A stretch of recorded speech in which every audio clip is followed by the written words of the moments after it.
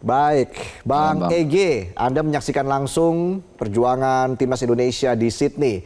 Bang EG, apakah memang kekalahan kemarin itu sebenarnya sudah diprediksi karena kita mengganti tim pelatih di tengah jalan, sama seperti yang dilakukan oleh Arab Saudi ya sebelumnya. Apakah memang hasil ini di luar ekspektasi, Bang EG? Sebetulnya pertanyaan itu tepat dijawab oleh Bung Harpa karena dia sangat terkenal dengan ucapan bahwa penggantian pelatih itu akibatnya akan panjang katanya. Kalau saya barangkali kutipan yang kurang lebih dari saya itu adalah bahwa semua harus all out. All out itu artinya di lapangan dan nanti akibatnya harus ditanggung bersama-sama all out begitu. Nah, kembali ke apa yang terjadi di Sydney, sebetulnya kan ada dua hal. Yang pertama, Reza, kita membuktikan Bung Harfa juga ada di situ, hampir 10 ribuan ya, sekitar 10 Ya, ribu lebih penonton Indonesia, dan ya, kita merasa hampir di Qatar atau di GBK. Nyanyiannya itu boleh dibilang 3/4 pertandingan, sebelumnya ya, 2 jam sebelumnya di depan stadion 3/4 pertandingan semua menyanyi.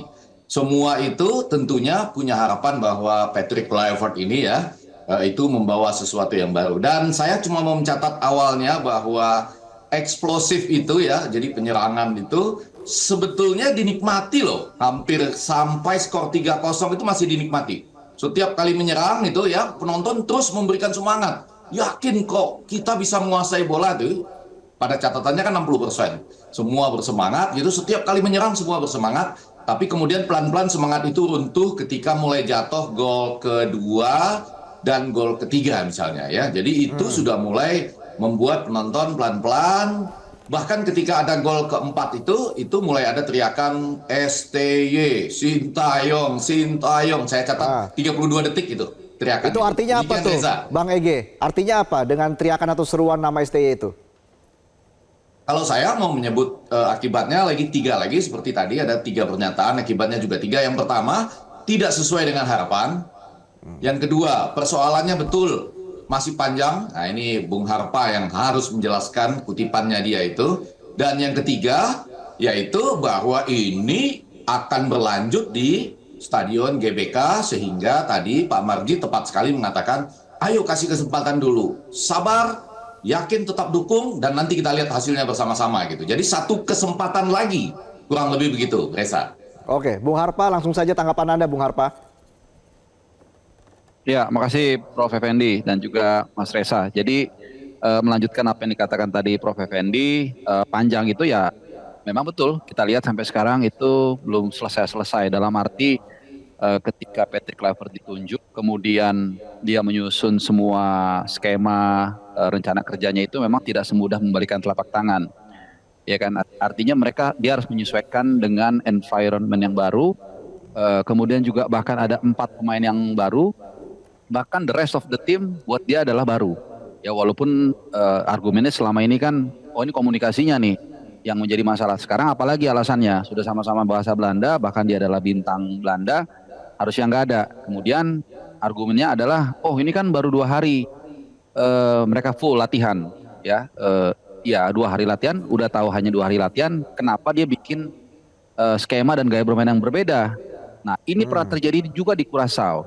Hal yang sama pernah diingatkan oleh media sana ketika Patrick Kluivert hadir di Curaçao, kemudian dia langsung merombak habis-habisan timnya. Saya lupa persisnya, tapi yang Bung Harpa, jadi menurut gelandang Anda pertahanan jadi kemarin itu adalah hasil eksperimen dari tim pelatih atau seperti apa? mungkin lebih kepada ego pelatih ya. Artinya dia sebagai pelatih baru, mungkin dia ingin menyajikan sesuatu yang berbeda. Padahal nggak perlu. Jadi saya lebih setuju apa yang dikatakan Alex Pastur. Dan ini memang sudah saya analisa sejak lama. Gaya dia itu sangat pragmatis. Sehingga saya kalau kita dengarkan selama ini kan juga Alex Pastur katanya otak dari ruang ganti. Jadi saya pikir kemungkinan ini akan bermain counter press, bermain aman. Which is menurut saya itu that doesn't matter gitu, nggak ada masalah. Berkali-kali saya mengatakan mau pakai bek kanan semua, mau pakai bek kiri semua, bahkan mau pakai center back semua. Kalau kita pulang menang itu aman, gitu. Jadi mungkin ini adalah mungkin egonya Patrick Kluivert yang ingin bermain menyerang dan bereksperimen dan akhirnya kita babak belur. Artinya pemain kita tidak mampu menerapkan taktik yang disiapkan oleh tim pelatih, khususnya Alex Pastor. Kalaupun argumen itu dipakai, harusnya tidak bisa ditimpakan kepada pelatih. ini kan argumennya seolah-olah ya, kalau saya boleh ini Mas Reza, seolah-olah yang disalahkan pemain. Nah, pelatih kan harus tahu pemain ini kemampuannya seperti apa. Sebuah analogi yang sering saya ungkapkan ini seperti koki.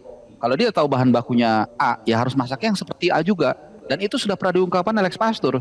Makanya saya melihat ini Alex Pastur ini masih agak lebih apa ya, agak lebih realistis begitu ya. Dia berkali-kali mengatakan bahkan saya tidak keberatan pakai 901 formasinya. Asal kita as long as we get the point from the Australia. Tapi nyatanya kan enggak.